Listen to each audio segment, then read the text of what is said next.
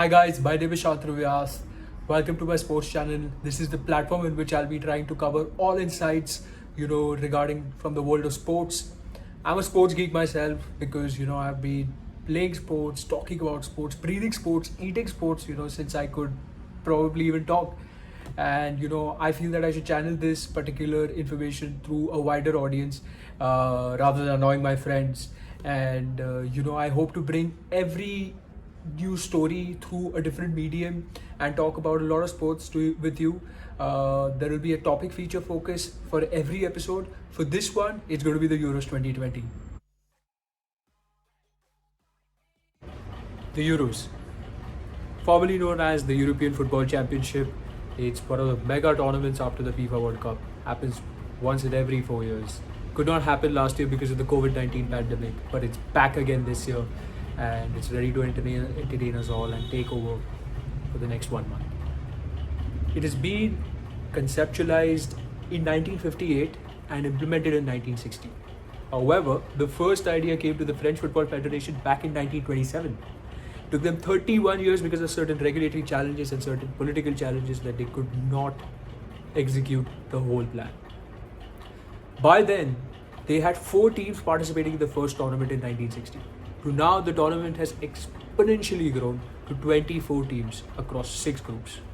This year, the Euros is going to be taking part in 11 cities. Yes, you heard that right, it's 11 cities. Now, that's going to be a huge challenge in terms of this COVID-19 problem. But I do feel the UEFA have got every base covered in terms of bubbles, in terms of training safety, and a lot of other protocols which they will like to follow.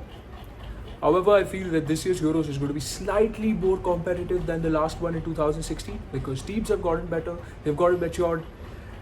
Wow, there's a lot to discuss. So let me jump on to the next part. Now let's talk about something which everybody likes to address, and those are some stats. So first, we will talk about certain team stats. Now the tournament has been won by Germany and Spain for the most times. They've won it each 3 times. Spain also is the only team to have defended their title in 2012 after winning it previously in 2008. I mean, that was a crazy team. With your Xavi, Iniesta, David Villa, you had the best of teams in terms of one of the best midfield you could ever have. I think that was Spain's golden generation. I might have to remove another video just talking about Spain's golden generation and how well they were set up and how well did they play their football. Germany also has scored the most amount of goals in this tournament. They have scored 72 goals and they have also conceded the least amount of goals. That's also because they played the most amount of games. Germany is a big powerhouse and coming into this tournament as well, I think they will be attracting a lot of attention. However, let's throw some shade at some individual stats. I think the highest scorer in this tournament is not a surprise. It's between Platini and Ronaldo. Both are at 9 goals. All eyes are going to be on Ronaldo this year to break that record and take another legendary feat under his belt. He's a phenomenal player.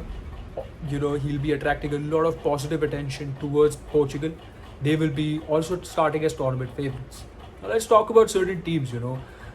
I feel that a lot of teams who have announced their squads, most of them have, and going into this tournament, they will be having a lot of understanding of every level of the tournament. That is starting from the group stages to the round of 16 to the quarterfinals. You have different players coming to the fore and different players delivering at different times. And the most important part about for every team is the depth in quality they have. Every team has gone in for the best of the best, and because the quality and the margins are so finite, they have gone for their best players, be it internationally or who play even in their local leagues. I do feel that France has one of the best depth in qualities and obviously start the tournament as favorites. But you cannot count England out either because they also have quality, they have youth, they have experience, and they also have a good experience coming off the 2018 World Cup where everyone thought it was coming home. And this year, there are some fans who think too, but some don't as well.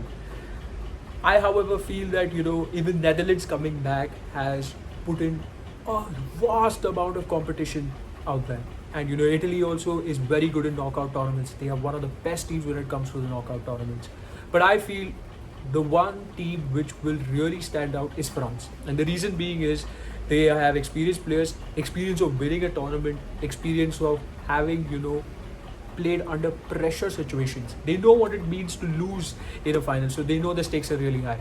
So they will be much more calmer, they will be much more clinical.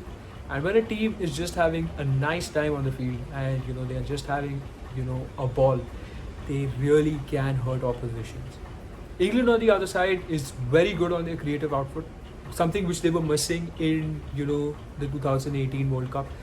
But this time they have Phil Foden, Jack Grealish, and all these players coming to the fore. And you saw how they did in the Premier League. They were exceptionally well. I, however, feel that the most exciting team to watch is France. But there are some stats which talk about these teams, which I will cover in a later video. I will talk about the squad depths in detail. Now, my personal favorite are France. I do feel that France will go through the distance in the tournament. However, I feel the only team who can stop them are England. Now, England are also an important team, but at the same time, do they have what it takes to stop France? Do they have the pedigree what it takes to stop France?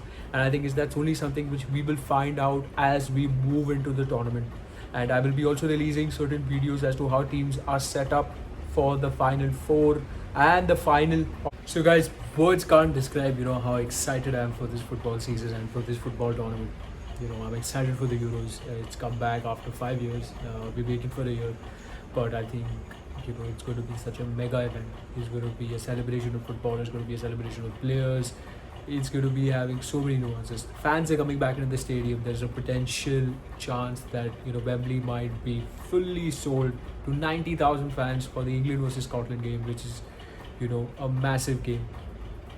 Now, don't quote me on this whether it will actually be 90,000 or not, because there are certain COVID-19 protocols which will be followed. I, however, feel that fans coming back, that adds an extra bit of motivation for the players. And England sort of has like a home tournament which is going into this particular Euros, which they have not had, in the recent years. So that gives them that extra push and motivation to perform really well. If they play in Wembley, which they might play in the knockout phases, in the semi-finals and potentially the finals, which everybody hopes them to be in, it's a good chance for them. But the Euros overall is going to be really good. I'm really excited to see certain talents, certain youth players coming from teams, something which you might not expect. And yeah, these kind of things, like, it's so cool to watch a youngster coming out, exploding onto the scene, saving his nation, scoring that last minute goal. The fans go ballistic. You see that happening in the previous Euros. We saw that happening even in the World Cup. I wish we see more of it this tournament. And I just hope that we are going to be having a good Euros. Now, I'll be releasing the next video talking about the squad depths of certain teams who are tournament favorites. Now, if you liked this video, please do like, share and subscribe. And please let me know your thoughts in terms of anything, in terms of content, in terms of my lighting, which is like a new thing to me, or my recording, or my background, or anything in the comments below. It would be really helpful. And I hope to see you in the next video. Bye bye.